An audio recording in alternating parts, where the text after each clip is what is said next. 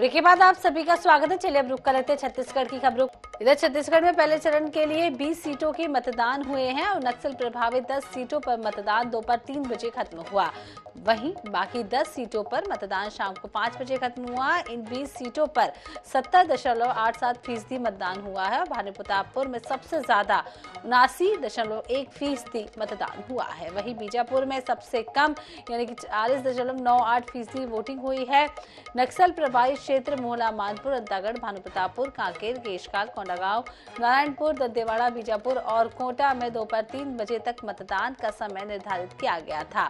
नारायणपुर में भाजपा नेता रतन दुबे के परिजनों ने मतदान किया। वहीं बता दें कि नारायणपुर में भाजपा नेता रतन दुबे की 3 दिन पहले नक्सलियों ने हत्या कर दी थी। उनकी बेटी और पिता परिवार समेत वोट डालने पहुंचे। इसके साथ ही पूर्व सीएम डॉक्टर रमन सिंह, मंत्री मोहम्मद अकबर, कवासी लखमा, पूर्व मंत्री केदार कश्यप और पीसीसी चीफ दीपक बैस समेत कई दिग्गजों ने अपने मताधिकार का प्रयोग किया है। बस्तर संभाग की 12 और दुर्ग संभाग की 8 सीटों पर कुल 223 उम्मीदवार मैदान में थे।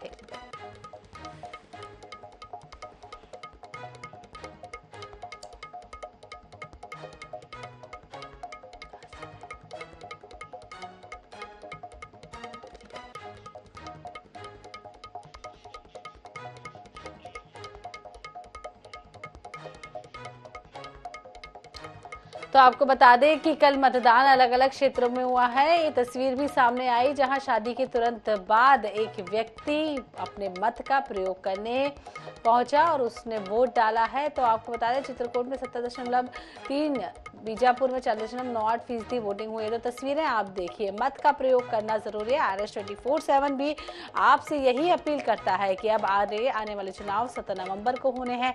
आप भी अपने मत का प्रयोग अवश्य करें। तो 12 सीटों पर वोटिंग बस्तर के संभाग में हुई है। वहीं दुर्ग में 8 सीटों पर कल वोटिंग हुई है। ये तस्वीरें आप देख सकते हैं जहां पर एक दूल्हे राजा भी अपने मत का प्रयोग करने पहुंचे हैं।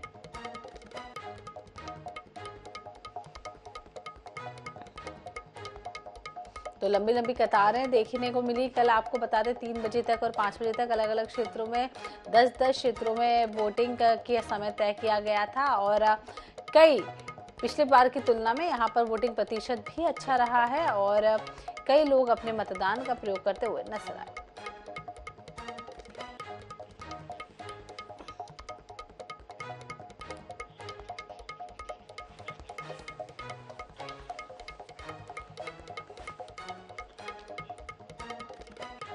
इधर छत्तीसगढ़ में विधानसभा चुनाव के पहले चरण के लिए मतदान हुआ। वहीं अब दूसरे चरण के लिए चुनाव अभियान तेज हो गया है। इसी बीच सीएम भूपेश बघेल ने शाह की बहस की चुनौती स्वीकार करते हुए सोशल मीडिया पर एक तस्वीर शेयर की है जिस पर अब घमासान शुरू हो गया है। देखिए पूरी रिपोर्ट।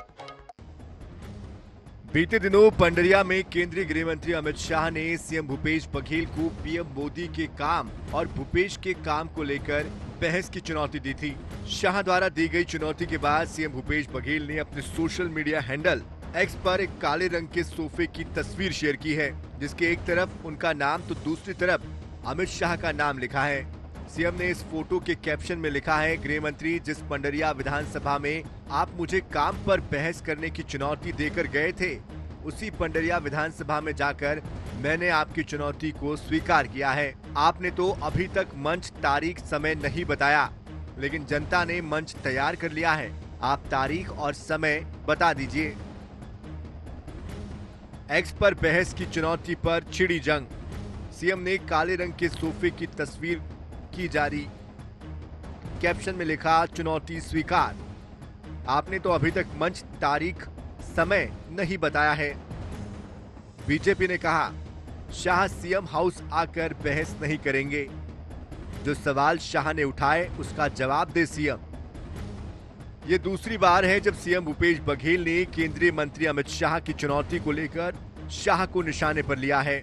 इसके पहले उन्होंने सोशल मीडिया हैंडल एक्स पर लिखा, आपके 15 साल के घोटाले और 5 साल के काम पर बहस होनी चाहिए।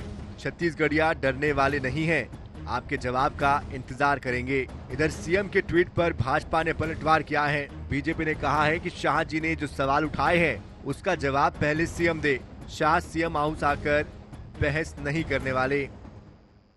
चुनौती अगर स्वीकार किया है तो अभी तक के जितने प्रश्न उठाए अमित शाह जी ने जवाब दें, जवाब दीजिए ना। मैंने चुनौती स्वीकार किया लेकिन मैं जवाब नहीं दूंगा, बोलूंगा नहीं। तो ये जो है ये खेल अब जनता समझ रही है। जो सवाल उठाया है उसका जवाब देना चाहिए मुख्यमंत्री जी को कि ये सही है कि गलत है। तो जवाब से अगर भाग के आप बोलोगे मैंने चुनौती स्वीकार कर लिया, तो ये तो एक मजाक हो गया। वो आमंत्रण दे रहे हैं कि वो आए, आमंत्रण दे तो क्या आपके सीएम हाउस में आके थोड़ी ना अमित शाह जी बहस करने वाले हैं भाई। अनेक सभाओं के अंदर, प्रेस कॉन्फ्रेंस के अंदर में अगर सवाल उठाया आप जवाब दीजिए ना कि आपने जो चुनौती दिया मेरा ये जवाब है। जवाब आना चाहिए, तब इसका चुनौती का अर्थ होता है। विधानसभा चुनाव के बीच बहस की चुनौती पर दोनों ही दलों में जुबानी जंग जारी है। सोशल मीडिया हैंडल एक्स पर आरोप प्रत्यारोपों का दौर जारी है। बहरहाल ऐसा याद नहीं पड़ता है कि इस स्तर पर आमने सामने बहस हुई हो। रायपुर से INS 24/7 के लिए स्वप्निल गोरखेड़े की रिपोर्ट। इधर राज्यसभा सांसद रंजीत रंजन ने छत्तीसगढ़ में प्रथम चरण के चुनाव के मुद्दे पर बातचीत की। उन्होंने कहा है कि छत्तीसगढ़ में दोबारा कांग्रेस की सरकार बनेगी। उन्होंने ये भी कहा है कि भाजपा ने सीएम भूपेश बघेल की छवि खराब करने की कोशिश की है। महादेव ऐप को लेकर भाजपा की हालत खिसियानी बिल्ली की तरह हो गई है। छत्तीसगढ़ से राज्यसभा सांसद रंजीत रंजन जी हमारे साथ बात करने के लिए मौजूद हैं। प्रदेश में वोटिंग देखने को मिलती हुई नजर आ रही है। मैम, तमाम पार्टियों ने पूरा दमखम लगाया, वोटिंग जो है चलती हुई नजर आ रही, किस तरीके से देखिए, बिल्कुल हम लोग आश्वस्त हैं, बिल्कुल विश्वास से ओतप्रोत है। छत्तीसगढ़ में हमारी सरकार रिपीट कर रही है और 75 पार से रिपीट कर रही है। जिस तरीके से महादेव ऐप की बात की जाए, सीधे सीएम पर जो है वार कहीं ना कहीं भारतीय जनता पार्टी जो है करती हुई जो है नजर आई है। क्या एक बड़ा मसला जो है भारतीय जनता पार्टी को मिलता हुआ नजर आया, चुनाव पर असर पड़ता हुआ नजर आएगा? ये बड़ा मसला नहीं मिला है। विनाश काले विपरीत बुद्धि है और खिसियानी बिल्ली खंबा नोचे है। उनको छत्तीसगढ़ में वोट नहीं मिल रही है, तो इसलिए वो हमारे कांग्रेस के मुख्यमंत्री की छवि को बिगाड़ने की उन्होंने कोशिश की, लेकिन मुझे लगता है अपने पैर पे कुल्हाड़ी मारी है। आज जो वोटिंग हो रही है और जो 17 को होगी, अब हम 75 पार करेंगे। तमाम बड़े नेताओं की बात की जाए, अमित शाह की, प्रधानमंत्री की दौरे जो है देखने को मिलते हुए नजर आए। प्रधानमंत्री की तरफ से एक बड़ा ऐलान भी जो है इस दौरान किया गया, जो फ्री राशन योजना उसको 5 साल के लिए आगे बढ़ा दिया गया है। देखिए, खाद्य सुरक्षा, फूड सिक्योरिटी, ये कांग्रेस की योजना थी। कांग्रेस ने दी 2 रुपए किलो गेहूं और 3 रुपए किलो चावल। और आज जिस तरह की वो घोषणाएं कर रहे हैं, ये कांग्रेस ने खाद्य सुरक्षा दिया था और मिनिमम प्राइस रह रहे थे। एक तरफ प्रधानमंत्री बोलते हैं रेवड़ी की बात, और दूसरी अहम बात है आज जो आप कह रहे हैं कि 5 साल तक हम फ्री में 5 किलो राशन देंगे। एक तो मैं बता दूं कि छत्तीसगढ़ सरकार 35 किलो अनाज देती है, फ्री में देती है। ये पहले वो समझ ले, ये लोगों को गुमराह करने वाली बात है। और दूसरा, क्या ये वही प्रधानमंत्री हैं जो कह रहे थे 2022 तक मैं देश को ऐसा कर दूंगा कि कोई भूखा नहीं रहेगा और हर साल 2 करोड़ नौकरी दूंगा, गरीबी रेखा से निकाल दूंगा, क्योंकि स्विस बैंक में बहुत पैसा है। तो इसका मतलब आप प्रधानमंत्री भी मान रहे हैं कि कम से कम आने वाले 5 साल तक वो देश की गरीबी मिटाने में विफल हैं। ये उनकी विफलता को दर्शाता है। तो ये राज्यसभा सांसद रंजीत रंजन जी थी, INH न्यूज से खास बातचीत कर रही थी। कैमरामैन संजय कुमार के साथ स्पर्श शर्मा, INH न्यूज, दिल्ली। इधर सूरजपुर के विश्रामपुर इलाके में प्रधानमंत्री नरेंद्र मोदी चुनावी सभा को संबोधित करते हुए नजर आए। इस दौरान उन्होंने कांग्रेस पर जमकर निशाना भी साधा। उन्होंने कहा है कि अब छत्तीसगढ़ के लोग कह रहे हैं कि बीजेपी आवत है। कांग्रेस जब जब सरकार में आती है तब तक नक्सलियों के हौसले बढ़ जाते हैं। उन्होंने ये भी कहा है कि सरगुजा क्षेत्र में मानव तस्करी की घटनाएं बढ़ गई हैं, आदिवासियों की जमीन छीनी जा रही है। पीएम ने कांग्रेस पर तुष्टीकरण की नीति अपनाने का भी आरोप लगाया है। प्रधानमंत्री मोदी ने कहा है कि भाजपा सरकार ने आदिवासी हितों के लिए तिजोरी खोल दी है। प्रधानमंत्री ने ये भी कहा है कि ये मेरे लिए सेवा काल है, मैं सत्ता में विश्वास नहीं करता।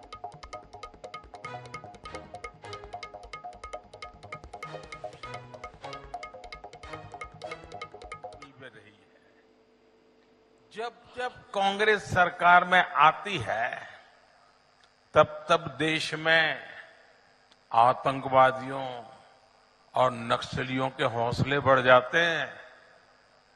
जहां भी देखो इधर कभी बम फूटने की खबर आती है, कभी उधर बम फूटने की खबर आती है, कभी यहां मार दिया काट दिया की खबर आती है, कभी यहां मार दिया काट दिया की खबर आती थी।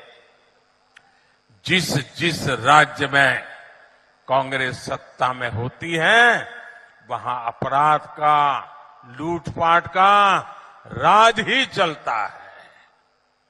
कांग्रेस सरकार नक्सल हिंसा को काबू करने में असफल रही।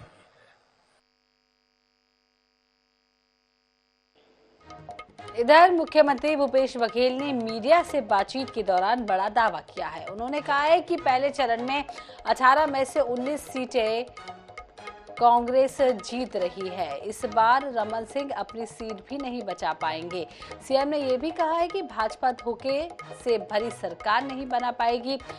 नक्सलियों को लेकर सीएम ने कहा है कि हमारे 5 साल के कार्यकाल में नक्सलवाद अब पीछे हट गया है।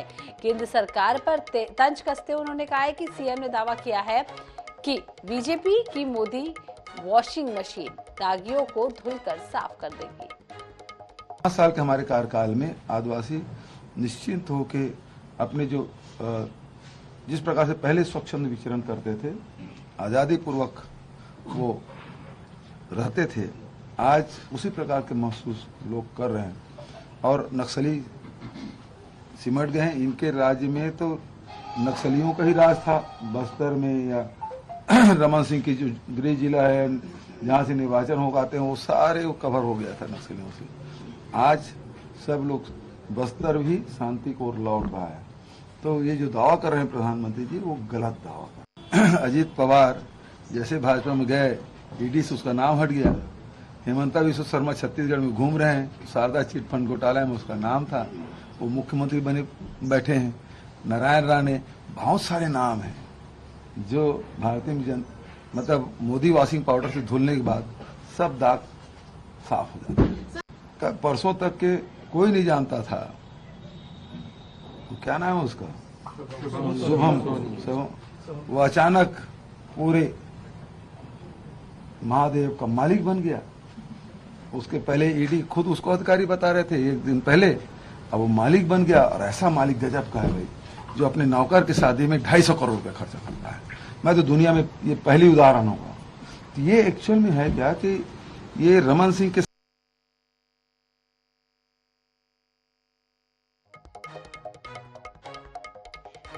इधर छत्तीसगढ़ के कुरुद विधानसभा क्षेत्र में मंगलवार को कांग्रेस महासचिव प्रियंका गांधी ने चुनावी सभा को संबोधित किया और चुनावी हुंकार भी भरी है। प्रियंका गांधी ने अपने संबोधन में पहले राज्य की भूपेश बघेल सरकार की योजनाओं का फायदा गिनाया, बाद में अडानी का नाम लेते हुए केंद्र सरकार पर निशाना साधा। प्रियंका ने आरोप लगाया है कि केंद्र सरकार ने सरकारी संपत्तियों को अपने दोस्त अडानी को बेच दिया है। प्रियंका ने ये भी कहा है कि देश में टाटा बिरला जैसे उद्योगपति शुरू से हैं और पूरा देश जानता है कि टाटा और बिरला बनाते क्या हैं, लेकिन अडानी के बारे में कोई नहीं जानता। अडानी क्या बनाता है, कितने लोगों को नौकरी देता है।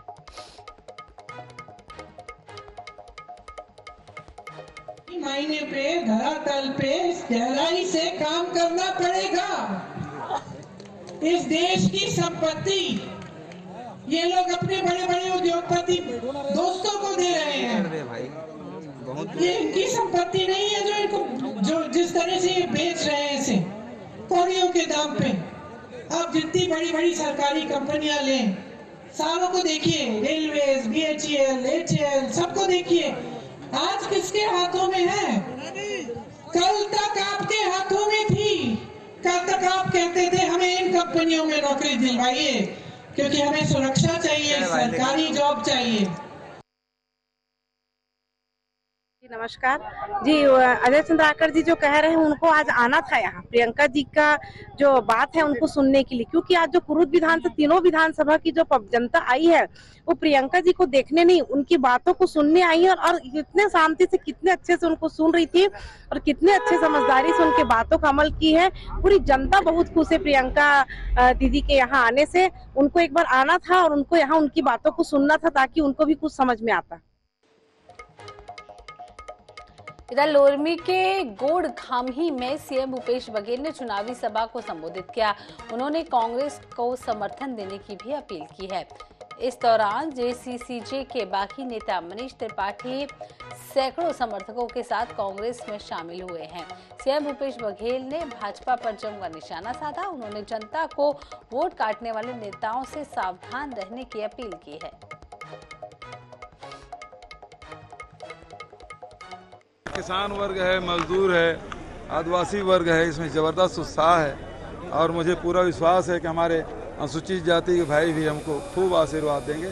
पूरा लोरमी विधानसभा इस समय परिवर्तन के मूड में है, क्योंकि पिछले समय जो कुछ चूक हुआ था उसे वो लोग फिर से ठीक करने के लिए सारे लोग उत्साहित हैं और इस समय भारी बहुमत से हमारे कांग्रेस प्रत्याशी जीतेंगे। इधर महासमुंद में आम आदमी पार्टी के कार्यकर्ताओं ने पार्टी की ओर से जारी घोषणा पत्र को लेकर प्रेस वार्ता की है, जिसमें उन्होंने अरविंद केजरीवाल की गारंटी को बताया। आप पार्टी जिलाध्यक्ष ने कहा है कि अगर छत्तीसगढ़ में उनकी सरकार बनती है तो तत्काल सभी गारंटी पर अमल किया जाएगा। इस दौरान उन्होंने किसानों के लिए धान का समर्थन मूल्य 3600 रुपए प्रति क्विंटल और सभी गाँव में धान खरीदी केंद्र खोलने और रोजगार की गारंटी सहित अन्य गारंटी के बारे में भी बताया। गारंटी है, लगभग 11 गारंटी है। 11 गारंटी उन्होंने लॉन्च किया है और केजरीवाल जो बोलते हैं वो गारंटी के रूप में होता है, वो घोषणा पत्र के रूप में नहीं माना जाता। हम लोग एक गारंटी लॉन्च करते हैं और ये गारंटी हमने पूर्ण किया है सभी राज्यों में, पंजाब में और दिल्ली में भी। तो वही गारंटी छत्तीसगढ़ में हर गांव में हम लोगों ने ये गारंटी, ये जो सभा के माध्यम से और लोगों के घर घर के पहुंच के कार्यकर्ता जो है ये गारंटी पहुंचाए हैं। इधर छत्तीसगढ़ के 20 सीटों पर प्रथम चरण के मतदान को लेकर भाजपा प्रदेश अध्यक्ष अरुण साव ने कहा है कि जिस उत्साह के साथ मतदाताओं ने वोट डाला है सत्ता परिवर्तन का संकेत है। उन्होंने ये भी कहा है कि 20 में से ज्यादातर सीटों पर भाजपा की ही जीत होगी। शुरू हो चुका है और 20 सीटों पे छत्तीसगढ़ में चुनाव हो रहे हैं।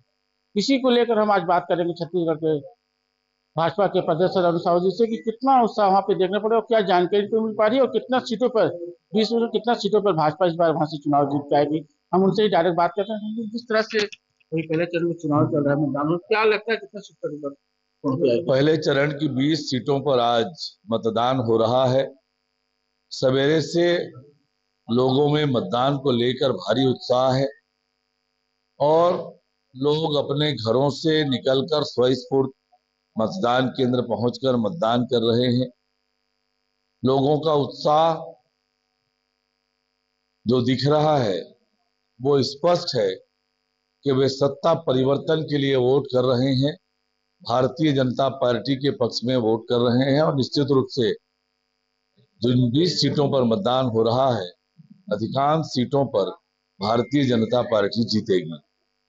एक है जिनका साफ तौर पे कहना है कि जिस तरह से यहाँ पे लोग साथ होकर वोट कर रहे हैं, परिवर्तन चाहते हैं और निश्चित रूप से छत्तीसगढ़ में इस बार भाजपा की सरकार बनेगी।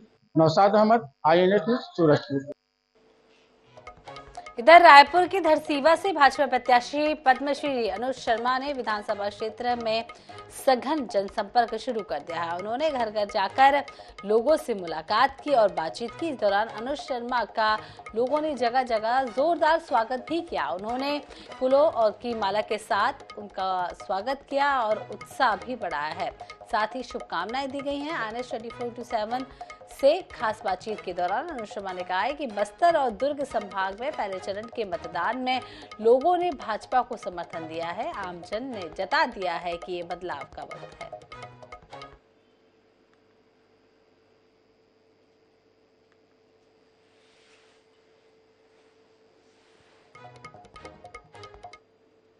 बीस विधानसभा चुनाव में आज मतदान है और बस्तर क्षेत्र को परिवर्तन की धुरंधर क्षेत्र माने गए हैं, क्या कहेंगे आप?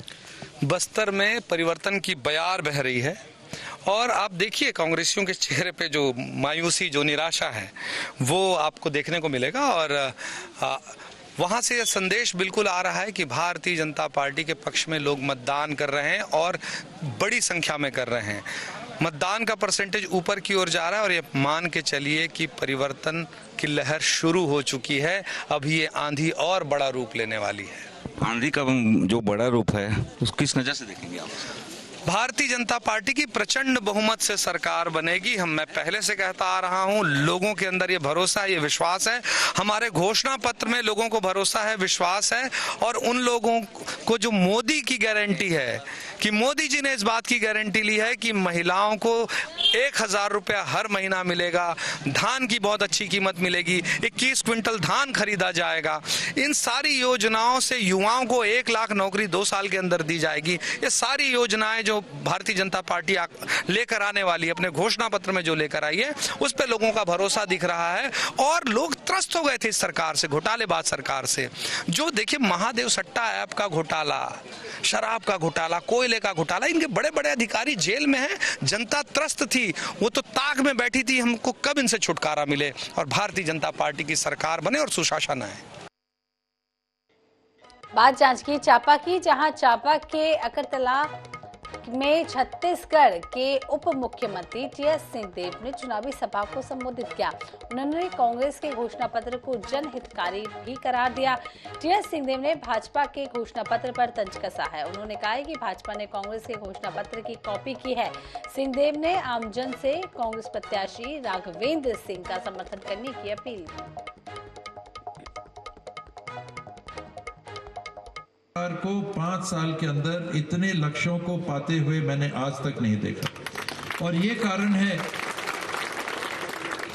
कि हमको इस सरकार को दोबारा मौका देना चाहिए। कांग्रेस की उस विचारधारा को दोबारा मौका देना चाहिए। कांग्रेस पार्टी की उन नीतियों को दोबारा मौका देना चाहिए जिनकी नकल करने की कोशिश इस बार भारतीय जनता पार्टी ने भी की। मुंगेली के अमूरा गांव में सीएम भूपेश बघेल ने आम सभा को संबोधित किया और उन्होंने प्रदेश सरकार की योजनाओं को लेकर भी लोगों के सामने अपनी बात रखी। सीएम भूपेश बघेल ने कांग्रेस प्रत्याशी को समर्थन देने की अपील की। इस दौरान उन्होंने कांग्रेस की जीत का दावा भी किया है। सीएम ने कहा है कि सरकार बनते ही पहला दस्तखत किसानों की कर्ज माफी के दस्तावेज पर ही करूंगा। विश्वास है कि प्रथम चरण में जो 20 सीट है उसमें अधिकांश सीट हम जीतेंगे। भारी उत्साह लोगों में, किसानों में, मजदूरों में, नौजवानों में, महिलाओं में, सब बढ़ चढ़कर हिस्सा ले रहे हैं और हमको आशीर्वाद मिले। किसानों को मालूम है ना, वो तो मंत्री शपथ लेते ही पहला हस्ताक्षर उसी में होना है। जबरदस्त उत्साह है, पिछले समय ज्यादा। क्या लग रहा है इस बार जो चुनाव हो रहा है कितनी सीटों का आप लोग दावा? अब ये तो मुंगेली और लोरमी हमारा और जुड़ेगा उसमें। इधर बिलासपुर में मंगलवार को केंद्रीय आयकर विभाग की टीम ने शराब कारोबारी से जुड़े ठिकानों पर दबिश दी है। आईटी की टीम ने सोम ग्रुप के ठिकानों पर छापेमार कार्रवाई की। बताया ये भी जा रहा है कि इस ग्रुप का संचालन भोपाल से किया जाता था। आयकर विभाग की टीम में इंदौर और मुंबई के कई बड़े अधिकारी शामिल थे।